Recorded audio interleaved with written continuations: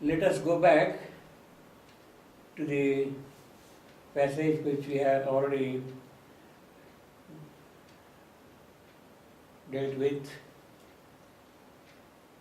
what we had called the Vishnu Lakshmi relationship between Satyavan and Savitri. The traditional Puranic depiction of the scene is Vishnu is stretched on his couch, golden couch of the serpent, and Lakshmi is sitting at his feet. That is the image which we have got about Vishnu and Lakshmi. The same thing in a different manner, with a different kind of richness, is what we have about Satyavan and Savitri. That was the love between God and Goddess. Here is the love between two human beings, both incarnate powers, personalities, but having taken the human form. Savitri is facing the moment of Satyavan's death, and she is going through a difficult psychological state. We have already seen that thing, but let us read that particular passage again. All night she woke to the slow, silent hours, brooding on the treasure of his bosom and face, hung over the stiff-bound beauty of his brow, or laid a burning cheek upon his feet. Laid her a burning cheek upon his feet. Waking at morn, her lips endlessly clung to his, unwilling ever to separate again, or lose that honeyed drain of lingering joy, unwilling to lose his body from her breast. The warm, inadequate signs that love must use. The warm, inadequate signs of the human lover and beloved. This is what we are here. As I said earlier, this is not at all an erotic picture. It is not even of the kind of Kalidasian Shringara. It is a true psychic relationship in the human form between them two. Now this description, hung over the sleep-bound beauty of his brow, or laid a burning cheek upon his feet, the warm, inadequate signs that love must use. We have, at a number of places in Savitri, something which brings out this aspect at various stages of Savitri's, you might say, young life. Maybe we could look into those things again, but basically the point is, throughout Savitri, there is the oneness of this particular description, and that is most fascinating. Shivandu had written the book of yoga almost towards the end of his presence here, physical presence here. It is not something which one would have seen in his poetry of the Baroda type.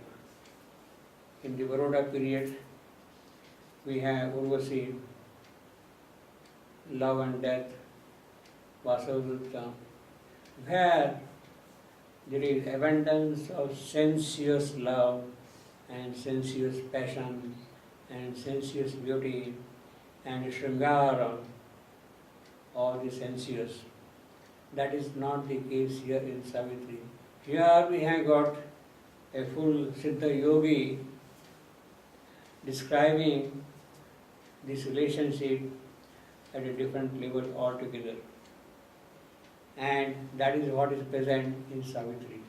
Most of the Savitri, the final version of Savitri, the seal which he has put on Savitri belongs to the last 8 or 10 years of his stay here.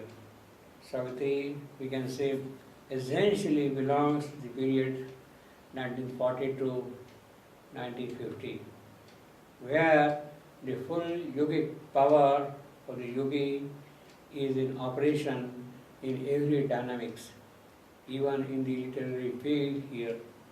And there cannot be anything in that sense vital, sensuous, emotional, passionate, erotic.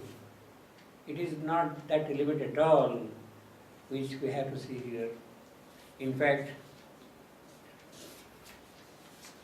one would wonder if this relationship is normally not allowed for the spiritual aspirants, for the sadhaks, for the spiritual disciples, then how is it that he is describing it here? What happens to Savitri's yoga if she is kind of engaged in this relationship? Are they compatible with the yogic discipline that is demanded of the aspiring soul? Trying to realize the spiritual values, spiritual truth, spiritual aspects in life. Is that valid here? That is one of the basic questions here. But it is also dismissed immediately on the basis that this description is at a different level of relationship altogether. And that is what is present in other passages of Savitri also. Maybe we can see those passages in some detail and get a clearer, broader idea about the whole thing. We have the meeting of Satyavan and Savitri in the Book of Love. And they have recognized each other's identity. They at once knew who they are and why they had come together, how the God of love had touched them in time that the meeting does take place. When they have recognized their identity, when they have decided to be together in life, then we have the description of what we might call the marriage between Satyavan and Savitri, the marriage of the Lord and the spouse being performed again here on earth. Let us read some of those things again quickly.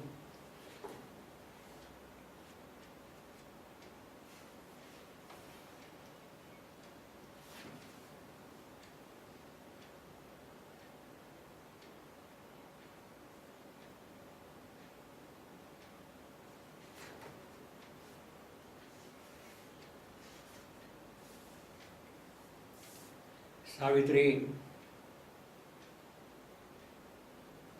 fell under the Satyavan, under the spell of Satyavan, and her soul has become very joyous. And the entire beauty of her soul is now seen in the eyes, and therefore the poet takes a very beautiful aspect of the relationship by saying that allured to her lashes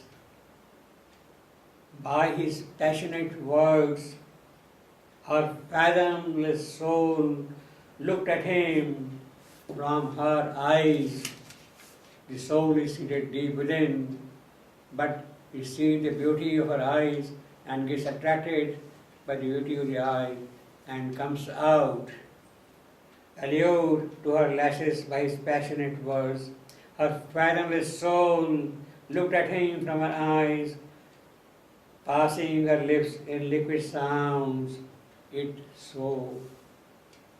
O Satyavan, I heard thee, and I know that thou and only thou art he.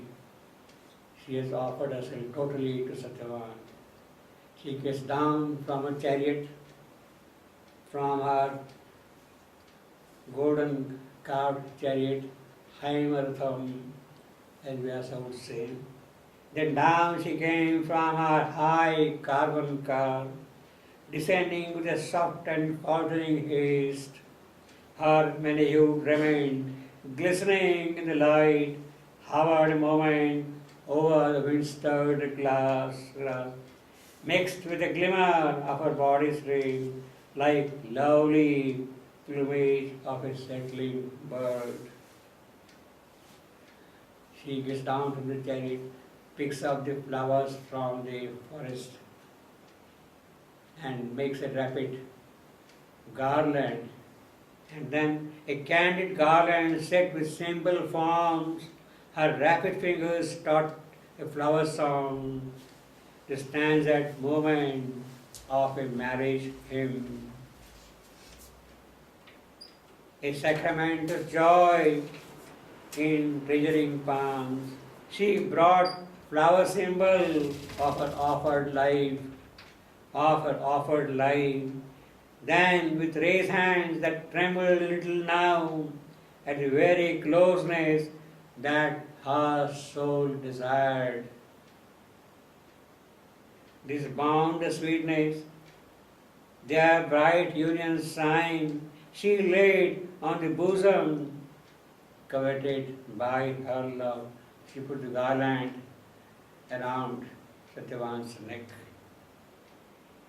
And Satyavan, he bent to her and took into his own their married yearning joined like folded hopes, as if the whole rich world suddenly possessed wedded to it, to all he had been became himself, and inexhaustible joy made his alone.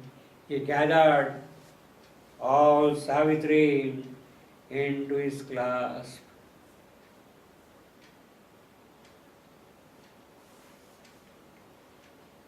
Each now was a part of the other's unity.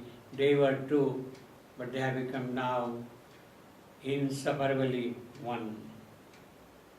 On the high growing picola of the day, fate tied a knot with morning's halo threads. In a new act of the drama of the world, the united two began a greater age. In the silence and murmur of that emerald world, and the mutter of the priest went the sacred words, and the choral whisperings of the leaves, love's twain had joined together and grew one. the natural miracle was wrought once more.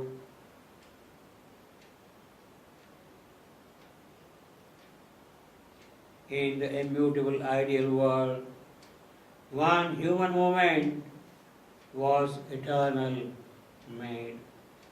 And then finally Savitri says, yes, this is the place where I will stay. I will be happy to be again here. For soon I shall return, nor ever again. Oneness must, Savior, is recovered bliss. Our fate shudder our lives while life is ours.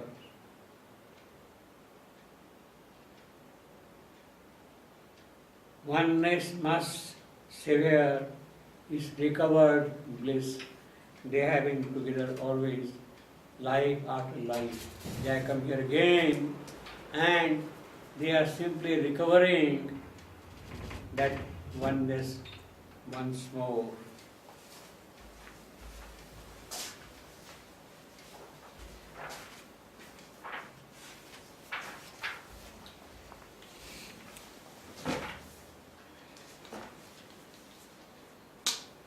We have again an intimate relationship of Satyavan and Savitri, very poetically, very sweetly,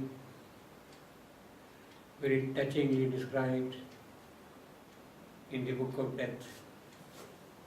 Death in the forest.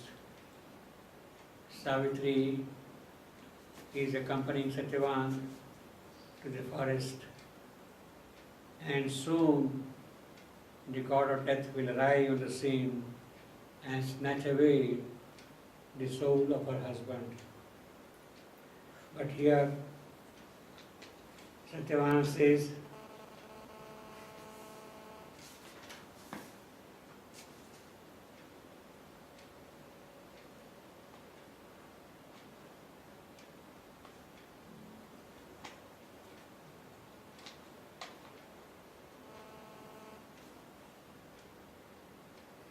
he recognizes something very great and very beautiful in Savitri, and he tells her, I hold thee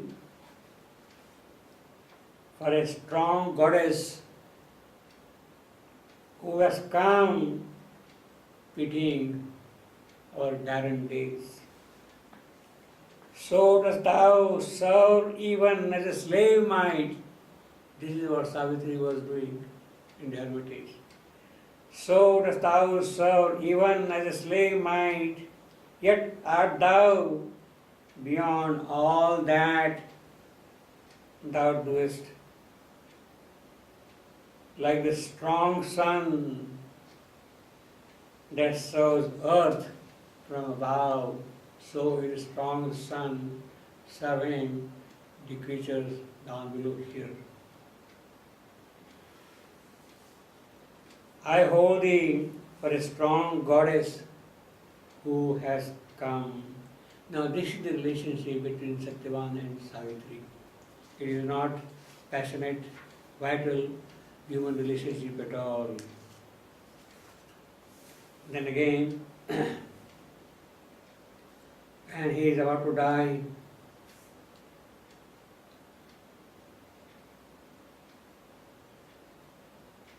he is soliciting Savitri, please lean down,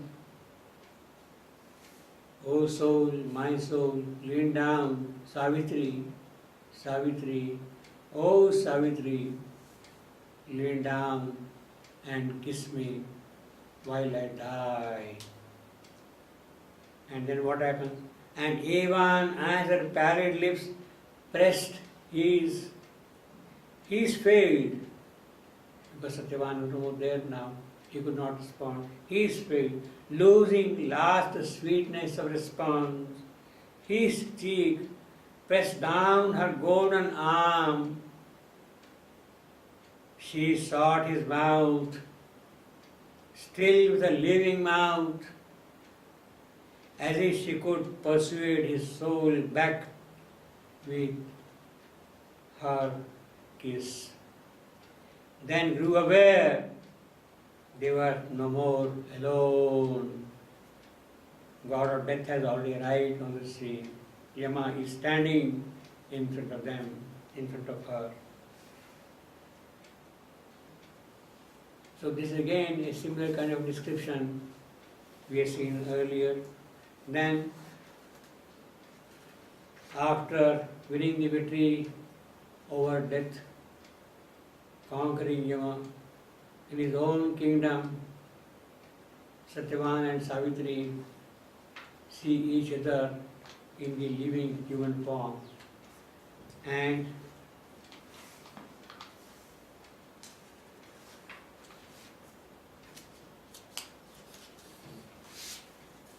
he is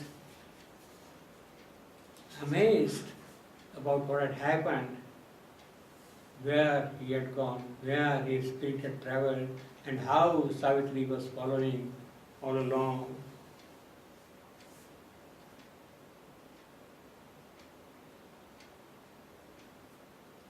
Satyavan's soul has come back, and Savitri, she recognizes it immediately, of course. She pressed the living body of Satyavan on her body's wordless joy to be and breathe. She bore the blissful burden of his head between her breasts, warm labor of delight. The waking gladness of her members felt the weight of heaven in his limbs. A touch summing the whole felicity of things, and all her life was conscious of his life. That is the wonder. All her life was conscious of his life, and all her being rejoiced, enfolding his. When Satyavan's soul comes back, this is what happens. And then again further down, we have Satyavan was wondering how they had travelled together and what had happened and all that. And he is demanding of Savitri, please let me know what miracle you had done, where were you, how you had won me back. But she replied, our parting was a dream. We are together. We live, O Satyavan. Only our souls had left death's night behind. We have been always together, but now death's night has been left behind. Only our souls have left death's night behind, changed by a mighty dream's reality, by a mighty dream's reality, illumined by the light of symbol worlds and stupendous summit self of things, and stood at Goddess' gaze, limitless, free.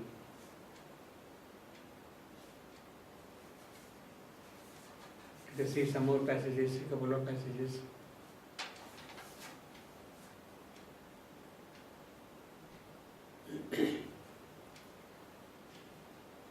Savitri tells Satyavan, yes, this is the thing. We come back. She clasped his feet by her enshrining hair. Now, this is again a very powerful description. Heavenly Queen, that is Savitri, consenting to his will, she clasped his feet by her enshrining hair, enveloped in a velvet cloak of love, and answered softly like a murmuring lute, all now is changed, yet all is still the same. Lo, we have looked upon the face of God, our life has opened with divinity. We have born identity with the Supreme and known His meaning in our mortal lives. Our love has grown greater by that mighty touch and learned its heavenly significance. This is what the death of Satyavan has gifted to her. Learned its heavenly significance. The true significance of love is what she has learned in the sequel of Satyavan's death. Heaven's touch fulfills, and learned its heavenly significance, yet nothing is lost of mortal love's delight. We have taken human shape, and that human relationship continues. Nothing is lost in that relationship. Our love has grown greater by that mighty touch and learned, in other words, it has grown greater. It has come down even in the mortal relationship, which was not there earlier. That heavenly love, by the touch of the Supreme, has now entered into the mortal relationship also.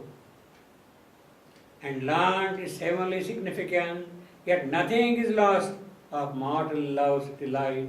Heaven's touch fulfills, but cancels not our earth. That is the greatness of Satyavan's death. What has it achieved? Yes, heaven's love is great, heaven's qualities are great, heaven's powers, beauty, joy, love, knowledge, whatever you want to call it, they are great. But they remain great only over there. Satyavan's death now has made it possible that all those greatnesses can enter into the mortal world. Heaven's touch fulfills but cancels not our earth. Our bodies need each other in the same lust. Our bodies need each other in the same lust. Still in our best, repeat heavenly secret rhythm. Our human heart beats passionately close. So the mortality is fulfilled in its true sense in the death of Satyavan and is coming back again to the mortal world. And learned its heavenly significance. Heaven's touch fulfills but cancels not our earth. Our bodies need each other in the same lust, in the same mold, in the same shape in which things are formed. Our bodies have an identical shape now. It is the shape which is now made in the mold of heaven. Our bodies are in the same lust now. Until now, in the mortal world, there were differences. From the same elements of the supramental substance, these bodies have been formed, and it is that same lust which has now made them one again in a greater, in a more beautiful, in a marvelous way. In the same lust they have been fulfilled in the earth. It is the Super Sankhya or the transcendent which has formed this new body of Satyavan and Savitri. That new mold, new body, that new formation is what has come as a gift from the God of death transformed into the Supreme Lord.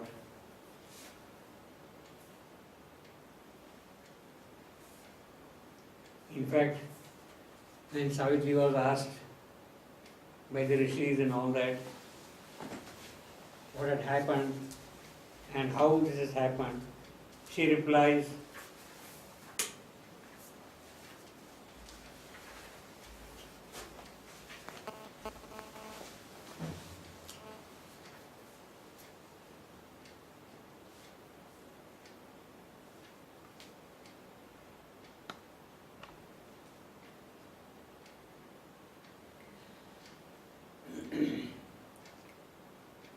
Savitri tells, for not for ourselves alone, our spirits came. It is not only for Satyavan Savitri has come, and for Savitri Satyavan has come. Not for ourselves alone, our spirits came. Out of the veil of the unmanifest, out of the deep, immense, unknowable, on the ignorant breast of dubious earth, into the ways of laboring, seeking men, two fires that burn to that parent sun, two rays that travel to the original light, two fires that burn toward the parent sun. It is for that purpose they have come, Satyavan and Savitri.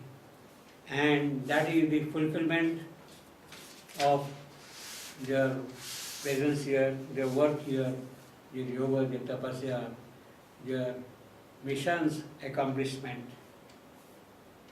This is what they have been doing through the ages, and now this has been achieved.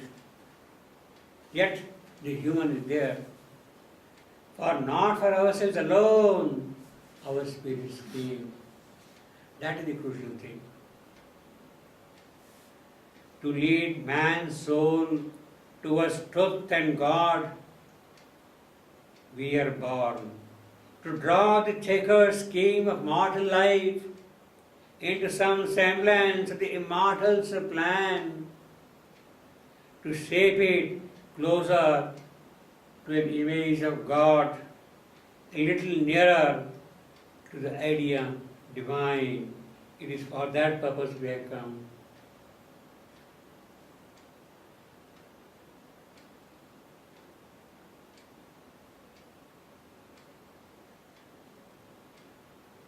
So for a while they stood entwined in the forest, Satyavan and Savitri.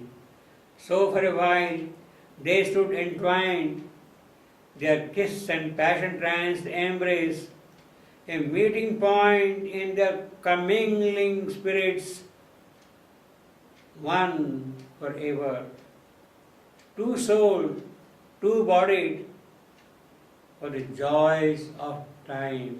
So they have come to enjoy in time as two individuals, two parts.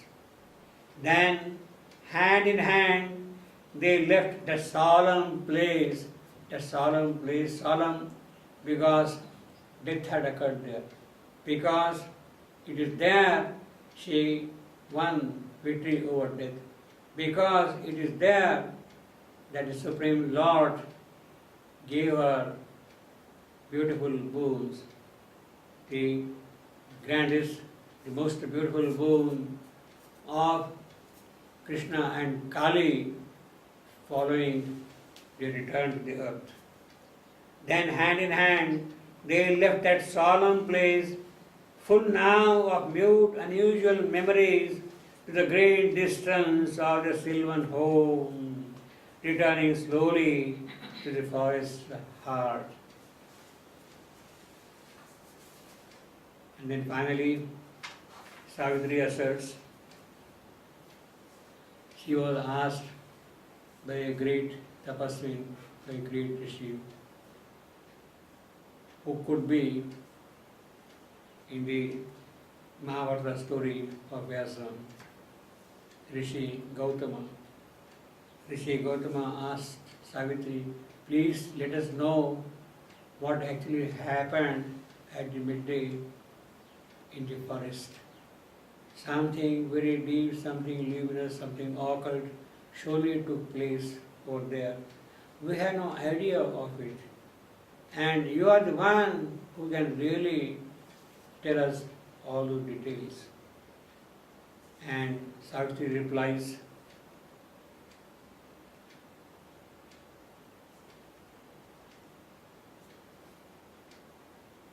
awakened to the meaning of my heart, that to feel love and oneness is to live. To feel love and oneness with everyone is to live. And this, the magic of our golden change, is all the truth I know or seek. O sage, O woman soul, Gautama was asking Savitri, O woman soul, what light, what power revealed, working the rapid marvels of this day, opens for us by thee a happier age. It is because of Savitri that a happier age has opened. And what is the magic? What is the cause behind this? And Savitri says, to feel love and oneness is to live. It is that magic key by which this new door has opened. And it is in that love we see the completeness of the love of Satyavan and Savitri.